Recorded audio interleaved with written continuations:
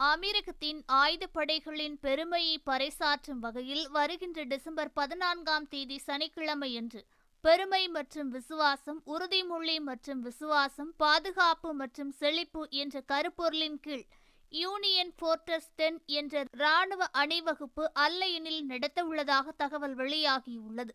ஆகவே இந்நிகழ்ச்சியில் கலந்து கொண்டு அமெரிக்கத்தின் ஆயுதப்படைகளுக்கான பெருமையை போற்றுதலையும் பகிர்ந்து கொள்ளுமாறு குடியிருப்பாளருக்கு அழைப்பு விடுக்கப்பட்டுள்ளது. வருகை தருபவர்கள் அல்லையன் சர்வதேச விமான நிலையத்தில் யூனியன் ஃபோர்ட்ரஸ் 10 அணிவகுப்பை நேரடியாக காணும் வாய்ப்பை பெறலாம்.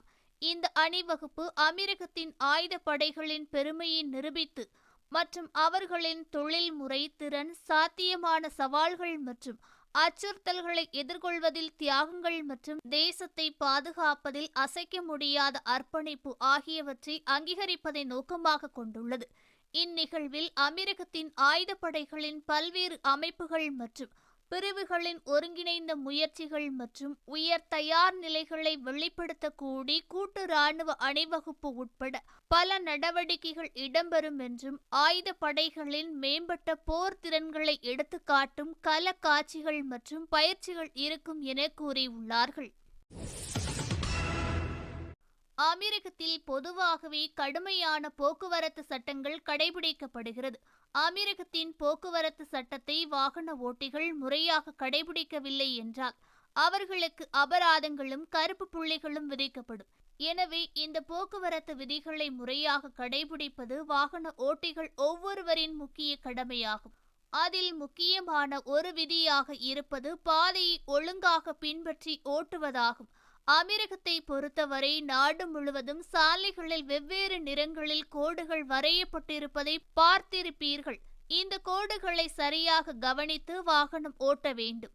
ஓட்டுநர்கள் பாதையை மாற்றும் போது லைன் தொடர்புடைய விதிகளை மீறினால் 400 திர்ஹாம்ஸ் வரை அபராதங்கள் விதிக்கப்படலாம் என்று அதிகாரிகள் கூறியுள்ளார்கள். இந்த விதியை கடைபிடிக்காததால் ஏற்படும் அபாயகரமான விளைவு குறித்து பல்வேறு எமிரேட்டுகளை சேர்ந்த காவல்துறை அதிகாரிகளும் எச்சரிக்கைகளை விடுத்துள்ளார்கள்.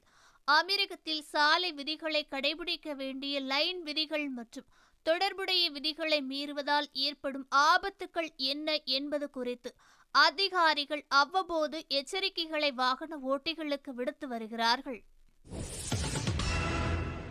அபுதாபி நகரத்திற்குள் தொழிலாளர்கள், பேருந்துகள் மற்றும் கனரக வாகனங்கள் செல்ல தடை விதிக்கப்பட்டுள்ளது. இந்த ஆண்டு முதல் ஈத்தல் எத்திகாத் என்றழைக்கப்படும் தேசிய தினத்தை முன்னிட்டு அபுதாபி நகரத்திற்குள் கனரக வாகனங்கள் மற்றும் தொழிலாளர் பேருந்துகள் செல்ல தடை விதிக்கப்பட்டுள்ளதாக அபுதாபி போக்குவரத்து மையம் அறிவித்துள்ளது. போக்குவரத்து மையம் வெளியிட்டுள்ள அறிவிப்புகளின்படி அபுதாபி நகரத்திற்குள் டிசம்பர் 1ஆம் தேதி பிற்பகல் 3 மணி முதல் டிசம்பர் 3ஆம் தேதி செவ்வாய்க்கிழமை இரவு 12 மணி வரை தொழிலாளர் பேருந்து மற்றும் கனரக வாகனங்கள் செல்ல தடை விதிக்கப்பட்டுள்ளது. இருப்பினும் லாஜிஸ்டிக்கல் மற்றும் பொதுவான கிளீனிங் கம்பெனி வாகனங்களுக்கு விதிவிலக்களிக்கப்பட்டுள்ளது.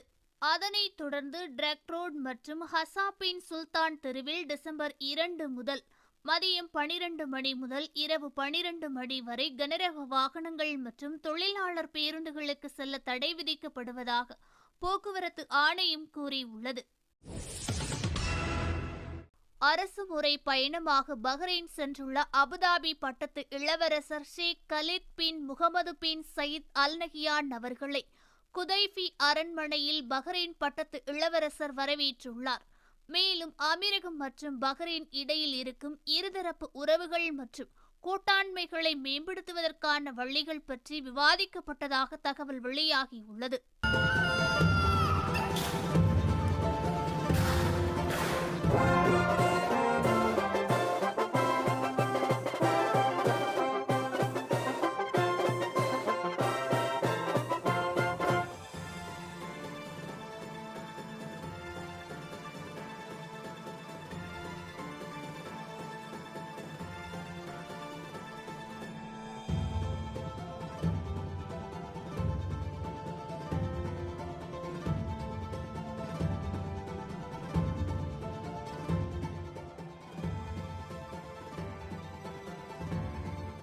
இதேபோன்று நேற்று கத்தார் தோஹாவில் நடைபெற்ற வளைகுடா கூட்டு பாதுகாப்பு கவுன்சிலின் 21வது அமர்வில் துபாயின் பட்டத்து இளவரசரும் அமீரகத்தின் துணை பிரதமரும் பாதுகாப்பு அமைச்சருமான ஷேக் ஹம்தான் பின் முகமது பின் ரஷீத் அல் மக்தும் அவர்களும் கலந்து கொண்டுள்ளார். சுற்றுலா பயணிகளை கவரும் வகையில் ஜப்பான் ஏர்லைன்ஸ் நிறுவனம் சர்வதேச பயணிகளுக்கு இலவசமாக விமானத்தில் பயணம் செய்யும் சலுகையை அறிவித்துள்ளது. இந்தியா உள்ளிட்ட பல்வேறு நாடுகளைச் சேர்ந்த பயணிகளுக்கு இந்த சலுகை அறிவிக்கப்பட்டுள்ளது. சுற்றுலா பயணிகளை கவர பல்வேறு நாடுகளும் ஏராளமான சலுகைகளை தற்போது அளித்து வருகிறது. அந்த வகையில் தாய்லாந்து, மலேசியா, இலங்கை, நேபாளம் உள்ளிட்ட நாடுகளுக்கு இந்தியர்கள் விசா இன்றி பயணிக்கலாம். உலகின் பல்வேறு நாடுகளும் சுற்றுலா வருவாயை ஊக்குவிக்க இப்படியான சலுகைகளை தற்போது அறிவித்து வருகிறது. அந்த வகையில் ஜப்பானும் சுற்றுலா பயணிகளை கவரும் விதமாக இலவச விமான பயண திட்டத்தை அறிவித்துள்ளது. இந்தியர்களுக்கும் இந்த இலவச பயண சலுகை உண்டு என்று ஜப்பான் ஏர்லைன்ஸ் விமான நிறுவனம் கூறியுள்ளது.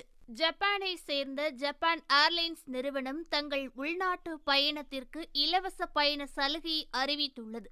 India, America, Thailand, Singapore, New Zealand, Australia, Vietnam, Philippines, Indonesia, Beijing, Shanghai, Taipei உள்ளிட்ட நாடுகளுக்கு இந்த சலுகை அறிவிக்கப்பட்டுள்ளது.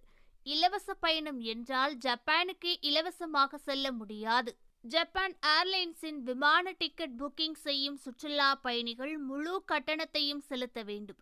அதே வேளையில் ஜப்பானுக்குள் 24 மணி நேரமும் எங்கு சென்றாலும் உள்ளூர் விமானத்தில் பயணிக்க கட்டணம் கிடையாது. இந்த சலுகையை பெற பயணிகள் ஜப்பான் சர்வதேச விமானத்தில் டிக்கெட் புக்கிங் செய்யும் போதே உள்நாட்டு பயணத்திற்கான டிக்கெட்டையும் புக் செய்தால் எவ்வித கட்டணமின்றி இலவசமாக புக்கிங் செய்ய முடியும். ஜப்பான் ஏர்லைன்ஸ் நிறுவனம் இயக்கும் விமானத்தில் மட்டுமே இந்த சலுகை பொருந்தும். உதாரணமாக, நீங்கள் ஜப்பான் டோக்கியோவிற்கு நீங்கள் ஜப்பான் ஏர்லைன்ஸ் விமானத்தில் பயணம் செய்தால் அங்கிருந்து ஹாக்கிடோ போன்ற இடங்களுக்கு விமானத்தில் கட்டணமின்றி நீங்கள் பயணிக்கலாம். அமெரிக்கத்தின் தேசிய வானிலை ஆய்வு மையமானது நாளை முதல் நவம்பர் 29ஆம் தேதி வரையிலான காலநிலை முன்னறிவிப்பை தற்போது வெளியிட்டுள்ளது. அதில் புதன்கிழமை இரவு முதல் வெள்ளிக்கிழமை வரை தீவுகள், மேற்கு பகுதிகள் மற்றும் சில கடலோர பகுதிகளில் மழை பெய்ய வாய்ப்புள்ளதாக அமெரிக்கத்தின் தேசிய வானிலை ஆய்வு மையம் கூறியுள்ளது. நாளை காலை சில கடலோர மற்றும் உள்பகுதிகளில் பனிமூட்டம் மற்றும் மூடுபனி உருவாக வாய்ப்புள்ளது. அதே சமயம் நாளை வெப்பநிலையானது உயரும் என்றும் அதனைத் தொடர்ந்து வியாழன் மற்றும் வெள்ளிக்கிழமைகளில் வெப்பநிலை குறையும் என கணிக்கப்பட்டுள்ளது. மேலும் வியாழன் மற்றும் வெள்ளிக்கிழமைகளில் வடமேற்கு காற்று வலுவாக வீசும். குறிப்பாக கடலுக்கு அருகில் வீசக்கூடிய காற்றால் தூசி மற்றும் மணல் கலந்ததாக இருக்கும் என அதிகாரிகள் கூறியுள்ளார்கள். இதனால் அமீரக வாகன ஓட்டிகள் மிக எச்சரிக்கையாக வாகனங்களை ஓட்ட வேண்டும் என அமீரகத்தின் தேசிய வானிலை ஆய்வு மையம் கூறியுள்ளது.